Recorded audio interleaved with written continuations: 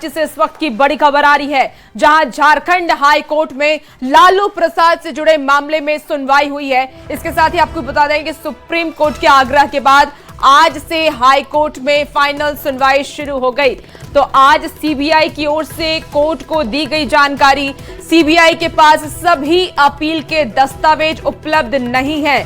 आपको बता दें कि लालू प्रसाद के अधिवक्ता की ओर से रखा गया है पक्ष और सीबीआई अब भी सुनवाई के लिए तैयार।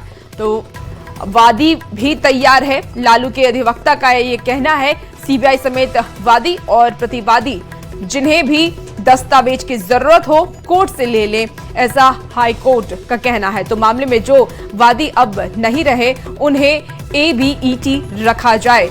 तो हाईकोर्ट की तरफ से देखिए बातें सामने आई हैं। विद्यासागर निषाद, रविंद्र राणा समेत कई वादी अब गुजर चुके हैं। मामले की अगली सुनवाई 8 हफ्ते के बाद हाईकोर्ट सुप्रीम कोर्ट ने 6 माह में फाइनल सुनवाई पूरी करने का ये आग्रह किया है। पिछले 14 जुलाई को सुप्रीम कोर्ट ने आग्रह किया था और लालू प्रसाद से जुड़े सभी मामले में अंतिम फैसले से जुड़े सुनवाई का आग्रह किया गया है। और ज्यादा जानकारी के साथ संजय सिन्हा हमारे साथ इस वक्त सीधे फोन लाइन पर जुड़े हुए हैं।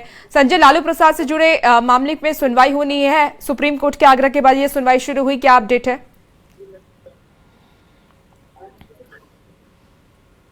संजय, आप तक आवाज पहुंच पा रही है? तो देखिए सुप्रीम कोर्ट के आग्रह के बाद ये सुनवाई शुरू हुई और लालू प्रसाद केस से जुड़ी आपको ये बड़ी खबर बता रहे हैं, जहां लालू प्रसाद से जुड़े केस में सुनवाई शुरू हो गई है। सुप्रीम कोर्ट के आग्रह पर उसके बाद सुनवाई शुरू हुई।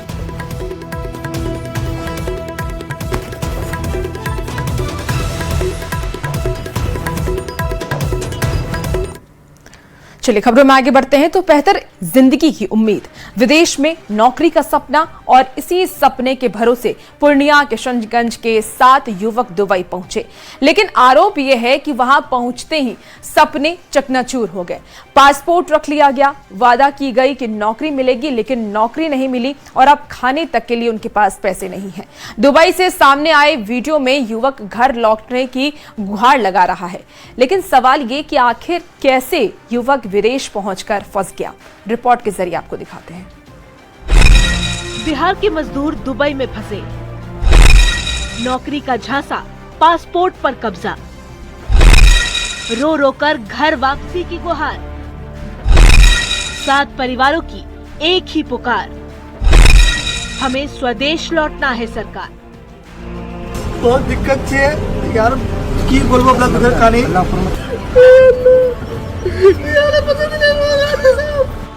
बेहतर कमाई और अच्छे भविष्य का सपना लेकर पूर्णिया और किशनगंज के 7 युवक दुबई पहुंचे थे। आरोप है कि रोहटा निवासी एजेंट ने नौकरी का भरोसा देकर इनसे करीब 1.5 लाख रुपए लिए। दावा किया गया था कि दुबई में अच्छी कंपनी में काम मिलेगा और मोटी सैलरी होगी। भेजिए वार ऑफिस वो 4 जन मानस बोल ले कि काम चेंज करे दे, लेकिन हम चार काम चेंज नहीं करिए अभी तक। हमरा अभी तक यहाँ छी, हम चलिए खावा पिया और कुछ पैसा नहीं है, हमरा बहुत मुसीबत अच्छी मुश्किल। दुबई पहुंचते ही इनकी कहानी बदल गई। युवकों का आरोप है कि उन्हें दूसरी जगह मजदूरी का काम दे दिया गया और पासपोर्ट भी अपने कब्जे में ले लिया गया। युवकों का दावा है कि वे टूरिस्ट वीजा पर वहां पहुंचे थे, अब पैसे खत्म हैं और खाने तक की परेशानी है। ऐसा मत करो, ये सब हमारा जिंदगी का सवाल है, ठीक है। अभी हम लोग किधर का नहीं है भाई, ना घर का है ना घाट का, कहीं का नहीं, बीच में हम लोग बीच के हैं अभी, ठीक है। एजेंसी पासपोर्ट भी नहीं दे रहा, पासपोर्ट दिला तो चलो कुछ ना कुछ हो जाता हल। भाई थोड़ा ये सब जो है ना, ये सब अफवाह वीडियो मत फैलाओ। दुबई में फंसे युवकों ने वीडियो बनाकर अपनी हालत बताई है। इधर भारत में बैठे परिवारों की चिंता बढ़ गई है। नाजिश के परिवार का कहना है कि बेटे को विदेश भेजने के लिए कर्ज लिया और जेवर तक बेच दिए। अब परिवार सिर्फ बेटे की सुरक्षित वापसी चाहता है। दिल्ली में बहुत परेशानी है, समझे। नाहिद हाजी के जरिए से भेजे थे तो वो तो निकला फरोट। अभी जो हम सबसे फरियाद करते थे, हमारा बच्चा हमारा वतन लाके पहुंचा दे, यही फरियाद। इससे आगे क्या हो रहा है बच्चों के साथ वहाँ पे? बच्चों के तो काम धंधा कुछ है नहीं, न खाने का पैसा है, कुछ है नहीं। बच्चा रोता है, जब बात करता है तो वहाँ तो पैसा भेजने का कोई जरिए नहीं है, पैसा दूँ। दिक्कत बड़ा छील क्या कर लेला दिक्कत? ये नाहिद हाजी और ये बुदना के मोर बेटा फिर पकड़े नहीं चले गए जबरा नहीं चल बोले तुमसा कामत नहीं को कामत नहीं गए वहाँ जब मारे डंगे वहाँ साथ धमके साल के सेन करे मांगे बेला डब्बा छुरी। मामला सामने आने के बाद जनप्रतिनिधि भी पीड़ित परिवारों के घर पहुंचे। पूर्व विधायक मास्टर मुजाहिद ने युवकों की सुरक्षित वापसी के लिए सरकार और प्रशासन से पहल करने की बात कही। वहीं पूरे मामले की जांच की मांग भी उठी है। सोशल मीडिया में अभी एक वीडियो पिछले 2 दिनों से काफी तेजी से वायरल हो रहा है, जिसमें देखा गया है कि कुछ लोग जो अमोर विधानसभा से ताल्लुक रखते हैं, ये लोग दुबई गए थे, जो हाजी नाहिद गनी उनके द्वारा, और लोगों का वहाँ पासपोर्ट छीन लिया गया है। खाने के पैसे भी नहीं हैं, न पासपोर्ट वापस कर रहा है, न इन लोगों को कोई काम दिया जा रहा है। बहुत सारे लोगों ने मुझे ये भेजा है। जो भी एजेंट इस तरह का धोखाधड़ी किया है, निश्चित रूप से चाहे वो कितने बड़ा भी व्यक्ति हो। नौकरी के जिस सपने ने इन युवकों को हजारों किलोमीटर दूर पहुंचाया, वही सपना अब मुसीबत बन गया है। अब देखना होगा कि प्रशासन कब कार्रवाई करता है और दुबई में फंसे इन 7 युवकों की वतन वापसी कब होती है। पूर्णिया से न्यूज़ 18 के लिए कुमार प्रवीण की रिपोर्ट।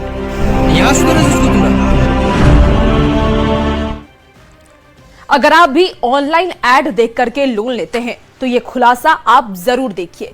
कहीं ऐसा ना हो कि आप भी ऐसे गिरोह का शिकार हो जाए जो आपका मोबाइल हैक कर सकता है। उसके बाद क्या करेगा, ये खुलासा देखिए, ये रिपोर्ट आपको दिखा।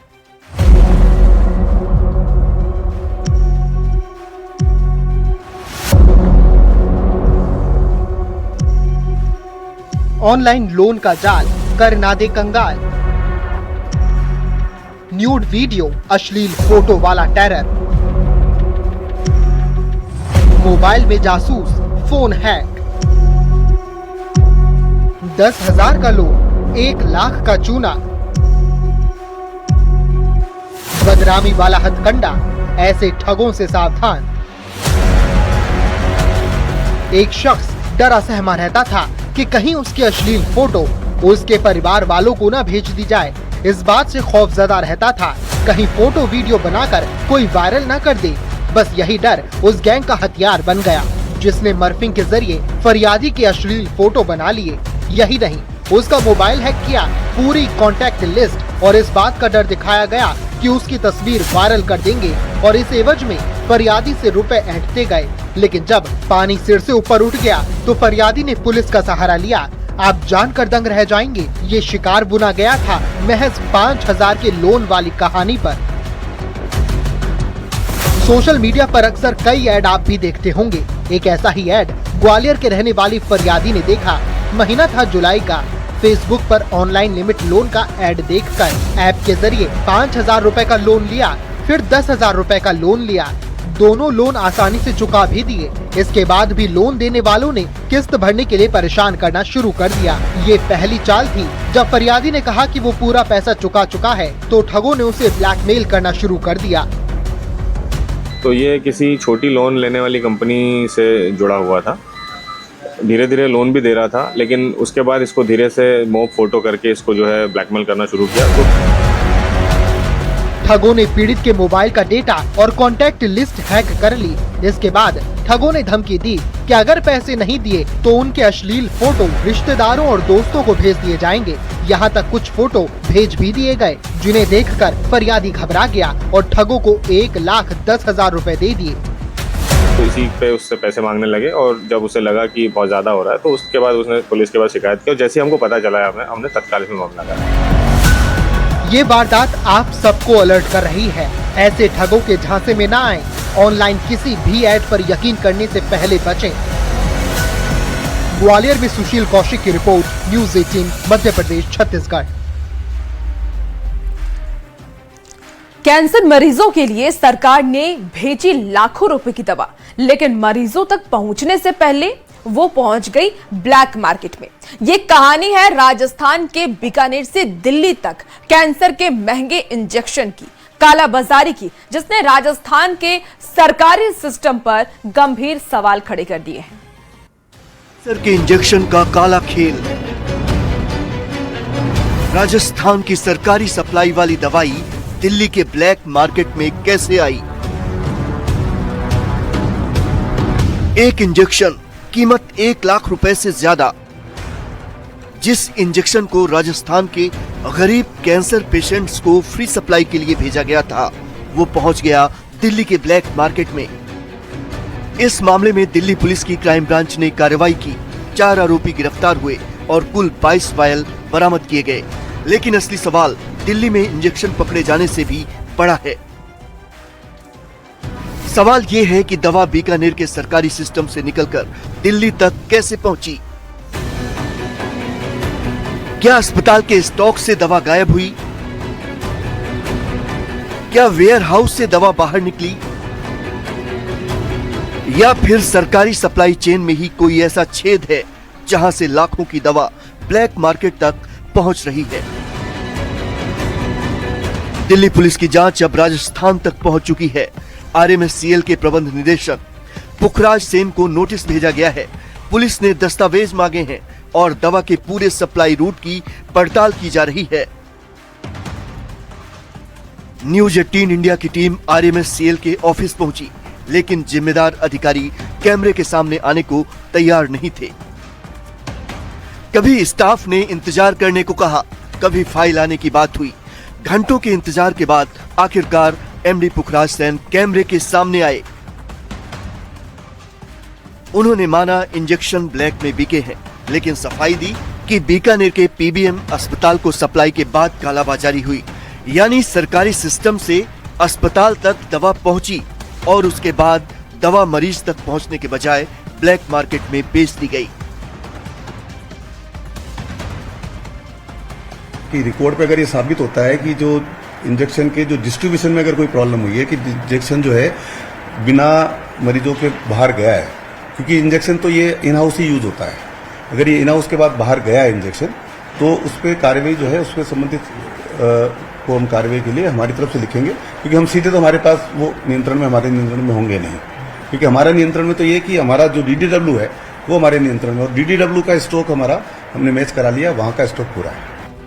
उधर कांग्रेस पार्टी ने RMSCL में भ्रष्टाचार के आरोप लगाए और सरकार से कार्रवाई की मांग की। यहाँ के जो कैंसर से पीड़ित लोग हैं वो तरस रहे हैं दवाइयों के लिए। दवाइयों की ब्लैक मार्केटिंग हो रही है और जो महंगी दवाइयाँ हैं वो ब्लैक में बिक करके यहाँ के जो लोग हैं, पेशेंट हैं, वो मरहूम हैं। सरकार को कोई चिंता नहीं है, कोई फिक्र नहीं है। वो इंजेक्शंस ब्लैक मार्केटिंग उनकी की जाती है, तो ये पूरा ही RMSCL पे बहुत बड़ा सवाल उठता है।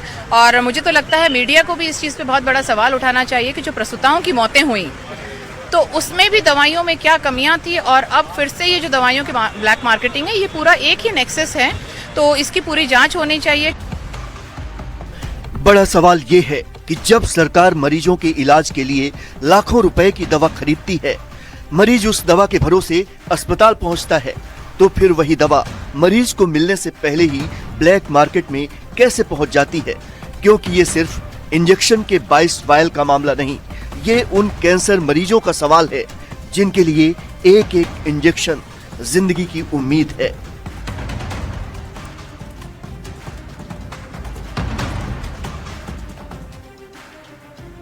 बीवी ने किया चीट, स्टेटस पर डेथ वारंट। ऐसा स्टेटस जो ये गवाही दे रहा था कि कुछ भी हो सकता है, और जो हुआ वो भी ऐसा ही।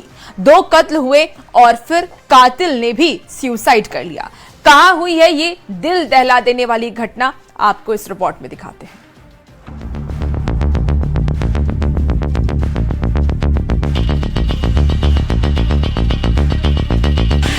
लखनऊ में सनसनीखेज वारदात। दिव्या मिश्रा को पति ने मारी गोली।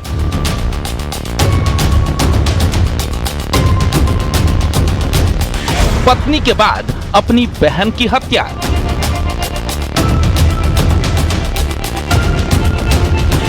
दो मर्डर के बाद सुसाइड से हड़कंप।